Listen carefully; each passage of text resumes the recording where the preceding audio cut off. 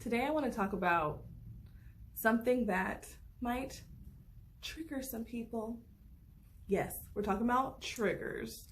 So it's so funny because everyone has triggers. So it's not like there's a group of people who are just specifically triggered in their life, but I felt led to do this video because I want to talk about how triggers can hold you back. And I pulled some tarot cards, so you can fast forward the reading if you just want to get to that point, but I want to just talk about triggers for a second because a trigger is anything that gets you hot and outside of your element. It is something that a trigger is basically a trauma. So when someone says something, you feel hard and you feel like, why the fuck would they say that? How dare she say that? Or she knows I don't like this person. Or, a trigger is something that feels like you can't control because it makes you crazy. And you feel like for example, for a long time, I could not watch Sex and the City. And that is like one of my favorite shows. Yes, it's one of my favorite shows. Very stereotypical. But I couldn't watch it for a whole year because every time I saw Carrie and Big, a bitch got triggered, okay? So I just gotta be honest. I was so triggered because when I watched it, it reminded me of things in my life that were not resolved. So although it is healthy to avoid things that trigger you while you're going through your healing process, but how do you get to a point where you see something that's uncomfortable, you talk to someone about something that's uncomfortable, and you're not running? Because there's a difference between running and healing. That's what we're gonna talk about.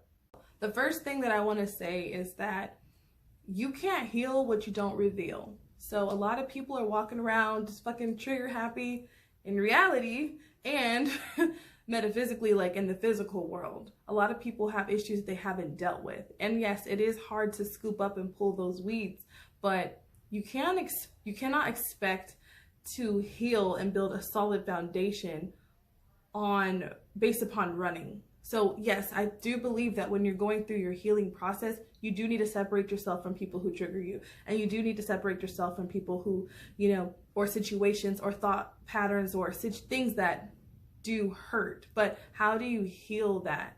And a part of healing is maybe acknowledging that you don't need to be around a certain type of person, or you don't need to watch certain content, or whatever it is that triggers you. But the healing comes from being able to acknowledge it and to say, this is a trigger for me. Just even when I would just get with my girlfriends and we used to talk about guys aren't shit, and we would just talk about it all the time. But when I was going through real life and a breakup, I couldn't talk about that anymore because it was really triggering to me and it would get me out of my element. So for a little bit, I had to back away and be like, hey, that's a trigger for me. This is something that I don't want to talk about right now, but we can talk about something else. So I'm getting off topic, I'm rambling, but I'm saying all of this to say is that the first thing that you want to do is acknowledge what your trigger is. And a lot of times people don't realize they're going off on people because a trigger is just another word of saying trauma. So you're so traumatized by an event that you can't even be in the room with someone. You can't even watch certain content. You need to acknowledge that and not beat yourself up for it because you can't heal what you don't reveal. So a lot of people are building their lives on top of their traumatized childhoods, and they're experiencing tower moments because the universe is coming in and they're wiping out things that are not built on a solid foundation. And healing is a core part of your foundation.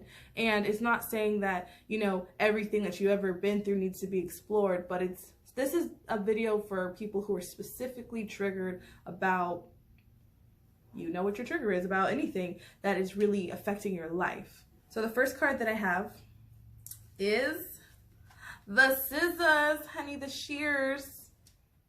Now, this is one of my favorite cards. As you can see, this is number 10. 10 is all about completion.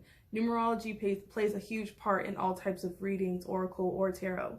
Now, these shears represent the need to literally cut off any negative beliefs you have about yourself in relationship to your triggers, cut off people who trigger you so that you can heal, cut off that old self. It's almost like you see that skeleton in the background. It's like you have dead weight around you. Anytime that you're completely triggered, you have toxic weight, toxic traits, toxic belief systems, and this is a time to cut it off. This is perfect because it's the new year, and a lot of times the things that we're experiencing on a day-to-day life, in our day-to-day lives that trigger us, are deeply rooted in our belief systems from our childhood, because that's when everything is developed. And I know it is challenging to go and pull those things up or to cut those things out, but when you do those things, I pulled another card. We have the Garden card. This is number 20, which reduces to 2. It's all about, you know, that emotional fulfillment and just like happiness. And I always look at 2 as like the empath number, like loving energy before the creation. It's very feminine, it's fun. And as you can see, this is a garden. And this card really represents social gatherings, being at the right place at the right time. This is one of my most serendipitous cards that I have. It talks of abundance, overflow of love. And it's like, because most people aren't willing to cut out the fat, to cut out, but it's not just about cutting out. Triggers, see, the thing is, triggers are not just about cutting off people who trigger you, because if you just cut off that person, you're just going to grow another weed. So a lot of people who are triggered are just replaying the same stories from their childhood with different characters. So if you look at your life as a movie and you're the director of your movie, you cast your characters by the law of attraction. You draw in the people and experiences that you have. So do the grimy work and pull those fucking weeds and really assess, I'm all showing, sorry. You really assess what belief systems need to be cut out, because it is not the person that's triggering you. It is something that is deep within you that is triggering you. And it's keeping you from serendipitous moments. It's keeping you from being at the right place at the right time. It's keeping you from love. It's keeping you from abundance. It's keeping you from joy. So how have your belief systems, so when you look, how have your belief systems affected your life? Because triggers hold you back. And a lot of times you're doing the manifestational work, you're praying, you're doing all this stuff, and you're not seeing the results because you have toxic belief systems that are constantly being re-triggered. And anything that is triggered can be changed, but you just have to acknowledge it. Because once you acknowledge a thing for a thing, call a thing, call a spade, and call it out on yourself, not the other person. And the same thing is true for me in my life. There's been so many things I had to call out and be like, why am I triggered by Sex in the City? Okay, well, I'm triggered because, you know, I feel like Carrie had to do a lot of unnecessary work to get the love that she wanted.